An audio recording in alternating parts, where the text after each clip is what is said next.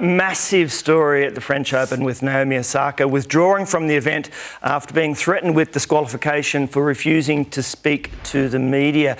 She'd said the post-game media conferences were damaging to her mental health and has now confirmed she's suffered from depression since her US Open win in 2018.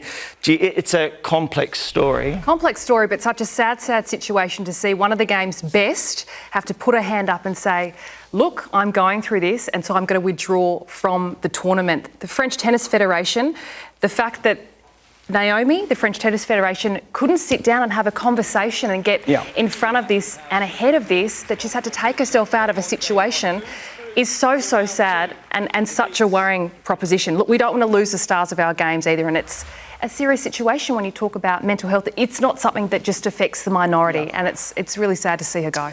Yeah, sometimes I feel with tennis players too, the stresses are, they're the ultimate bubble athletes. Like, she was taken out of, homeschooled in her secondary school, so she'd practice all morning by herself, homeschool in the afternoon, and it's just not a normal way for a kid to grow up. And I know it sounds like a small thing, but I think it's a big thing. All that emotional development, Tara, that you don't get, and that suddenly she's the voice of Japan sport. Like, she's the Kathy Freeman of the Tokyo Olympics. What do you think? It's also the team. She's not around a team environment. Yeah. You know, when you're in a team, and Braith, you know, if you don't want to do a presser, you've got a teammate that can step up to the plate for you. When you're in an individual sport like that, you always have to take the spot. They can move it around too, Fitzy, and they do that. But anxiety and depression leading to suicide is becoming an epidemic, and we got a sportsman, one of the best in the world on the highest stage, who setting a bit of an example. I think she's a role model. So if at the end of the day, if you're not feeling well and you can't do something, then you should be able to speak up and not do it.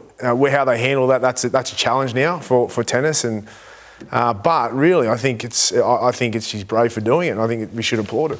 Absolutely. Originally, obviously, when people kind of have a look at it from the outside, they go, oh, sports people, they're so precious. She's playing tennis for a living, she should fulfil her obligations. Once that whole kind of depression thing came through, I think people quite rightly backed off. The interesting thing is some of the timing. Now, she says it was the US Open when the trouble began for her, but even before that event, it's pretty clear that she was struggling. Just have a listen to this. This is from April 2018. It kind of started yesterday. Like yesterday, I just woke up and I was really depressed, but I don't know why. I'm just an okay player that was able to play okay. I'm so sad right now.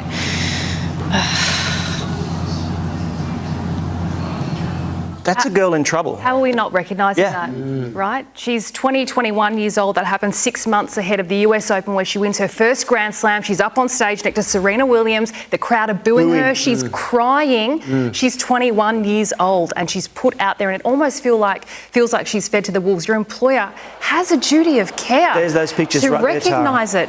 Recognise what is going on. She's human. Talk about it. Educate people. Prevent it.